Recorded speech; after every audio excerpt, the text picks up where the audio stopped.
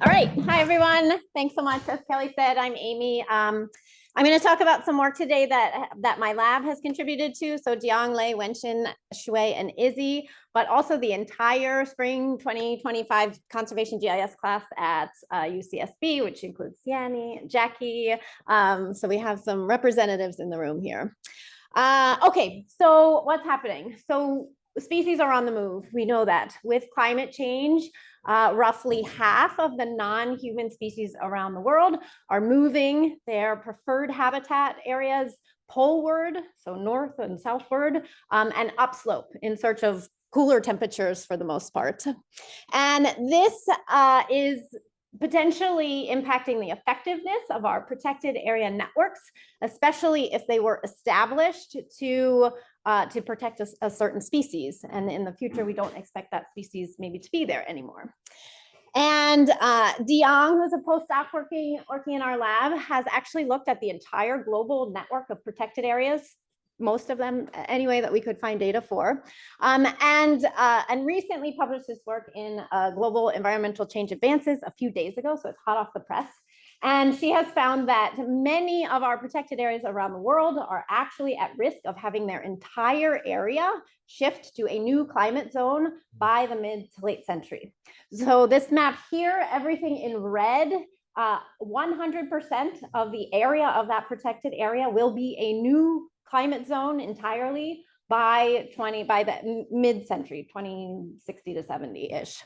And so I want to walk through a little bit how she got to these results and how we're using them in our class to look at what's happening at the Dangermond Preserve now and into the future.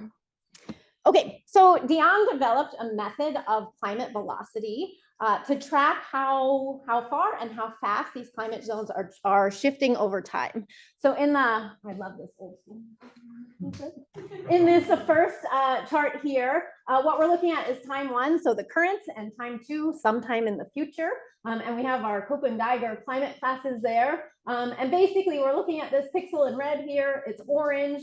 And we're saying, where is the closest orange pixel in the future? So a species that likes orange climate is going to have to move to that new cell to track that climate. We call that forward velocity, and it gives us a good indication of how vulnerable a species might be to climate change. And we can also look at the problem in reverse, so we can kind of see what's moving into the site. So on the other side there, we have backward velocity, which just says, okay, as orange moves out, what is moving in, green climate's moving in. And that gives us a good indication of kind of which ecosystems, functioning services are at risk or threatened by climate change. And then we can also look at the spatial patterns of what's happening. So where are these climate zones moving? Are they moving around within our protected area? And maybe that's okay because we have their new habitat area protected. Are they moving among protected areas? Again, that sustained effectiveness of our networks. Or are they moving outside of the protected area? Are they moving into human-dominated areas? Are they disappearing altogether from our search area? In this case, we use a 1,000 kilometer search area. So that's pretty far if we don't have that climate anywhere in that search area. And we can also have these, what we call neutral changes, where we might see new climate zones coming in, or we might have a brand new climate that, again, wasn't in our search radius before and now all of a sudden is. So we can use these and we can look at what is happening in the Dangermond Preserve, looking out into the future. So this is a map of looking from our baseline time period, 1970 to 2000, so like the average over that 30-year period, and compared to the future, where we are living in the future now, of this 2020 to 2049 period. And so what we see is a warm temperate climate, so the C class of Kopp and Geiger. And then we basically have here, we have CSB, so with a dry summer and these always trip me up. So CSB is warm temperate, summer is dry, and the summer is warm. So a warm and dry summer and a warm climate. And we also have CWB, where our winter is also dry. And so if we look at kind of the arrows tell us kind of where things might be moving in from, where these climates might be shifting around from. If we look at how Dangermond is going to absorb these shifts out into this future time period, we see that most of these shifts are going to be absorbed within the preserve, so the green areas. And then we also have some brown. So we have some new climate that we should be expecting to move into the preserve in this kind of 20 to 25 year period here. So that's okay. We're seeing sustained effectiveness of the preserve, at least out into the near future. If we go one more step further out, so now we look at this kind of 2020 to 2049 out to 2040 to 2069, we lose that CSV climate altogether. Well, sorry, there's one pixel there, so all the species can crowd together. And we're almost completely replaced with this CWB. So we're going to see a drier winter, but still a warm summer. And it's here where we start to see the blue, which is climates are going to be moving outside of the protected area. So they're no longer going to be absorbed within the boundaries of Dangermond. They're not going to be absorbed by the boundaries of any other protected areas around Dangermond. They're just going to leave outside the protected area network. So those start to be concerning in terms of can we do what we set out to do with these species and give them a good harbor against climate change. We can keep looking into the future. Our projections get less certain, so we want to take these with a grain of salt. But basically what we see as we keep going out into the future, we see some shifts, but not the big ones that we saw in that mid-century period. So again, we're absorbing within, and then by the last time period, which goes all the way out to about 2100, again, we're still just kind of shuffling what we have already. So the main take-home point is that it is within these next kind of 20 years that are really critical in terms of our climate shifting and what we need to do for those species. Okay, so that's climate velocity, a measure of kind of how fast and where these are moving. And it gives us a good indication of the rate and direction of shifts in the climate conditions. It's simple, it's pretty generic. We cannot infer responses of individual species from it. We just know where the climate is going to go, or we hypothesize, we think we might know where climate is going to go, but we need to couple that with what's called biotic velocity, which tells us the rate and direction of species actual geographic range shifts that may be happening into the future. And so we can do this on a species by species basis. And by taking the difference of those two, climate velocity and biotic velocity, we can start to understand whether the species are going to be able to track climate well enough into the future. So are they going to be able to move where they need to move? Okay, so how do we do this, and what is our class doing in partnership with Kelly and Mark and Elizabeth and everyone at PCI? So we are going to be modeling ranges and range shifts over time for the special status species at the preserve and also species around the preserve that might be moving in with those climate shifts. So many of you know how species distribution modeling or range modeling or niche modeling works. If you don't, here is like a very quick primer. That's Lei. She's our resident expert on species distribution modeling. She has written R packages. If you need one, I can point you in the right direction. Okay, so what does this look like? So we take our species occurrence data, upload your points. We love them. Go out however you get them. We would love to know what is where now.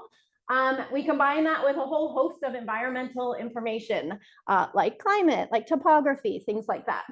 We then map all of these things in what's called environmental space, so non-spatial space, and we try and understand what the envelope is around where this species likes to hang out. And then we can take that envelope and we can remap it onto the map, and we get a pretty good idea of where these species might be found, where potentially they could be found in the landscape. Okay, so we are planning to do this, like I said, for the 20 special status plant species that have already been identified at the preserve. They are listed in the Integrated Resource Management Plan for the preserve. And then in addition to that, what we've done so far is collate other special status species that might not be on the preserve right now, but might be in like the Tri-County, Santa Barbara, Ventura, up to SLO County. So far, we have identified 305 additional species. We will be paring that down this week to a manageable number of probably the most important ones or the most threatened ones, most likely probably to move in. Then we've got 21 special status bird species at the preserve. We have identified 50 plus additional species that again have the likelihood of moving in at some point. And we are still figuring out the mammals, but so far we've got the 5 from the plan. So if you know or think that there are mammals, mammals are an easy sell for students to study, much more easy than studying plants. Sorry, in my lab. So if you have some thoughts on that, please feel free to share them with me. Okay, so where are we getting the data from? So we are already working to grab data through GBIF, through BN, which is the Botanical Information and Ecological Network.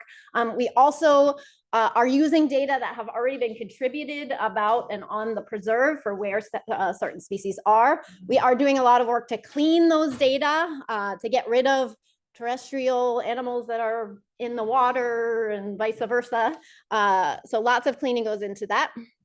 We are going to be compiling all of those environmental layers. So starting with all the data that exists for the Dangermond Preserve on the geospatial hub, topography, climate, things like that. We have also been producing some additional layers that might be good indicators of where we find special status species. So this is Wenxin. She has developed a map of foliage height diversity from the JEDI data and a machine learning algorithm that basically allowed her to map that wall to wall. So we have that. Shui and Izzy have been working with the shift data to produce alpha and beta diversity from the spectral species concept. So if you would like those data, see me, we can share. And so basically we'll be taking those and running these species distribution models and then projecting out into the future for all of those that we can. Okay, so what does this look like in my probably like 1 minute left, right? 3, all right. Okay, okay, so I don't have any results for Dangermond, but I do have some results for the chalk maple range in the southeast to give you a hint of like what this might look like when we're done. Okay, so these are the ranges at 3 time periods in the past, in the present, and in the future.